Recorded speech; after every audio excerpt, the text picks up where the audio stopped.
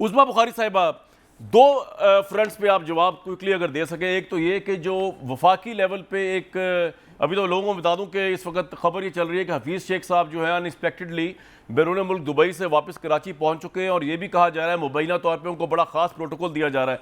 तो उस्मा बुखारी साहिबा, जो हालात चल रहे हैं, कहा यह जा रहा है कि आपको ये कहा गया है शहबाज शरीफ साहब को कि आप डिसीजंस करें, टफ डिसीजन इकॉनमी के, और फौरन इलेक्शन के लिए चले जाएं, जबकि आपकी तरफ से पॉइंट ये आ रहा है कि अगर टफ डिसीजंस हमने करने हैं और अवाम की गाली हमने खानी है, तो फिर हम ये टफ डिसीजंस किए बगैर ही असेंबली की तहलील कर दें, या फिर ये हम अपना आराम से 1 साल बाद या 6 महीने बाद जब भी हमें मुनासिब समझे इलेक्शन करें। ये बात इसी तरह ही है। इलेक्शन वो मांग रहे हैं जिन्होंने 4 साल पहले पूरा बेड़ा गर्क किया, और बेड़ा गर्क करने के बाद आज वो 4 हफ्तों का हिसाब हमसे मांग रहे हैं और हमें कह रहे हैं कि हम जो है वो कुछ नहीं कर पाए।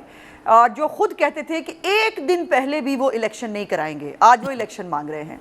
जहाँ तक आपके सवाल की बात है, देखिए तो ये बड़ी सिंपल सी बात है। हम भी सियासी लोग हैं, हम भी एक सियासी जमात हैं। अब किसी के हिस्से की गाली और बद्दुआएं हम क्यों लें?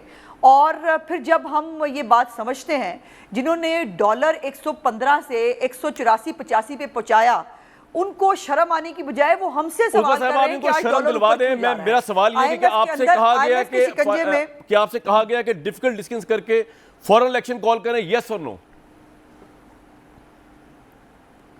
मैं इसकी तस्दीक या तददीद नहीं कर सकती, लेकिन ये बात मैं अपनी पार्टी के उसके ऊपर ये ज़रूर कह सकती हूँ कि हम एक सियासी पार्टी हैं और हमें आम आदमी का ख्याल है। अगर ये वर्बल ऑर्डर्स के ऊपर और बगैर मनी एलोकेट किए हुए, आपको इमरान खान का वो याद होना चाहिए जलसा जिसमें उसने कहा कि हमने बहुत पैसे इकट्ठे कर लिए, क्योंकि टैक्स बहुत इकट्ठा हो गया है, इसलिए हम पैसे एलोकेट कर रहे हैं। 15 अप्रैल की समरियां जो है वो भी आकर इस कैबिनेट ने, जो शहबाज साहब की कैबिनेट है, उसने आके वो समरियां अप्रूव की वर्बल ऑर्डर्स के ऊपर। ये पाकिस्तान के पंजाब जो है के साथ पंजाब का मामला, उसके लिए हम इनके गुनाहों का बोझ नहीं उठाना। आज सुप्रीम कोर्ट के फैसले के बाद तो आपके 25 चोराकीन ने आपके हक में वोट दिया, हमजा शहबाज के, वो तो फारिग हो गया। तो अब आप दोबारा आप समझते हैं कि इसी मकबसे में और सियासी बहरान के अंदर आपने जाना है कि दोबारा इलेक्शन होगा, दोबारा उसके ऊपर कोर्ट में स्टे लेगी दूसरी पार्टी, या आप समझते हैं कि अब टाइम आ गया वफाक में भी और प्रोविंसेस में भी फौरन इलेक्शन कॉल कर दिया जाए? देखिए, मेरे तो समझने की बात इसलिए नहीं है कि मैंने जो समझना होगा मैं पार्टी के अंदर बात करूंगी, लेकिन जो थोड़ा बहुत कानून मुझे भी आता है उसके मुताबिक अभी तो इलेक्शन कमीशन ने बताना है कि वो लोग मुनहरफीन हैं या नहीं। आज जो सुप्रीम कोर्ट का फैसला आया है उसमें भी 2-3 चीज़ें हैं कामरान नोट करने वाली। जी। एक तो जो मुनहरफीन है, अगर उन्होंने वोट ही नहीं डाला और वोट काउंट ही नहीं हुआ तो फिर मुनहरफीन कैसे हुए? फिर उनकी डेफिनेशन क्या है? पहली बात। दूसरी बात यह है कि फिर तहरीक अदम एतमाद जो है उसकी कोई अहमियत नहीं रह जाती। तहरीक अदम एतमाद फिर कॉन्स्टिट्यूशन से निकाल दी जानी चाहिए। और यही आज जो 2 बाकी जिन लोगों ने, जजेस साहबान ने इसके ऊपर जो है एतराज़ किया, उन्होंने यही कहा कि ये री राइटिंग ऑफ कॉन्स्टिट्यूशन होगा। तीसरी और आखिरी बात यह है कि इलेक्शन कमीशन जो है, जिसके पास पंजाब असम्बली का इस वक्त केस मौजूद है, उनके ऊपर जो मुनहरफीन का केस है, जो मुनहरफीन तो मतलब ये भी अब डेफिनेशन अब देंगे तो पता चलेगा कि मुनहरफीन क्या होते हैं, लेकिन जो उनके केस है उसके अंदर पार्लिमानी पार्टी की डेफिनेशन मौजूद है। एक आखिरी बात, पार्लिमानी पार्टी ने गाइडेंस दी थी, नहीं दी थी, पार्लिमानी पार्टी का उम्मीदवार था कि नहीं था, आपका ये भी एक प्रोसेस है और ये भी कानून के अंदर लिखा गया है। तो ये फास्ट चलना है, वैसे आपको सुनना अच्छा लगता है लेकिन फास्ट चलना है जरा।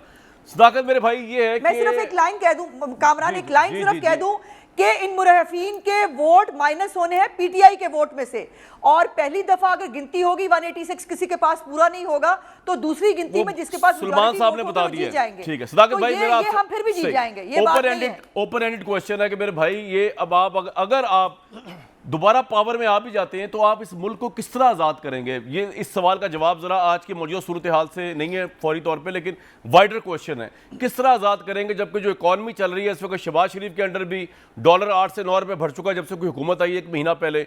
महंगाई आप देखें कहाँ जा रही है, IMF जो है वो ट्रस्ट करने को तैयार ही नहीं है। अल्हम्दुलिल्लाह जो आपने वायलेट किया उनके साथ एग्रीमेंट, पहले तो एग्रीमेंट ही गलत किया, हम उस पर क्रिटिसिज्म करते थे, उसके बाद आपने उसको भी वायलेट किया, पॉलिटिकल एक करके आपने सब्सिडी दे दी और हुकूमत को रोज का अरबों रुपए का सब्सिडी का नुकसान हो रहा है। तो आजाद किस तरह करेंगे इस मुल्क को अगर आज आप जीत भी जाते हैं दोबारा, जब इकोनॉमिकली आजाद नहीं है? बहुत शुक्रिया कामरान, एक सियासी कारकुन होने के नाते बड़ी खुशी है मुझे कि आज सुप्रीम कोर्ट का शुक्रिया कि उन्होंने आसिफ जरदारी का जो गंदा कारोबार था, शुक्र है सुप्रीम कोर्ट को मान लिया शहबाज शरीफ और नवाज शरीफ का जो फ्लैटीज में जो उन्होंने एक सियासत का गंदा कारोबार किया था नवाज शरीफ की छांगा मांगा की नकल में, आज उन्होंने रद्द करके फेंक दिया और लोटा जो 20 करोड़ का था उसको दोबारा 20 रुपए का कर दिया। तो मैं उनका शुक्रिया अदा करता हूं। चले, अब मेरा सवाल, बड़ी कामयाबी है। अब मेरा सवाल मेरे भाई, हुकूमत, जिस हुकूमत ने एक्सपोर्ट बढ़ाए थे, जिस हुकूमत ने रेवेन्यूज बढ़ाए थे, जिस हुकूमत ने 10.4% सदाकत भाई 10 शोज चाहिए आपकी अचीवमेंट कवर करने के लिए, मेरे सवाल का जवाब दे दें ब्रेक से पहले करने देना कामरान। ये बातें इमरान खान साहब बता चुके हैं सारी, बढ़ाया था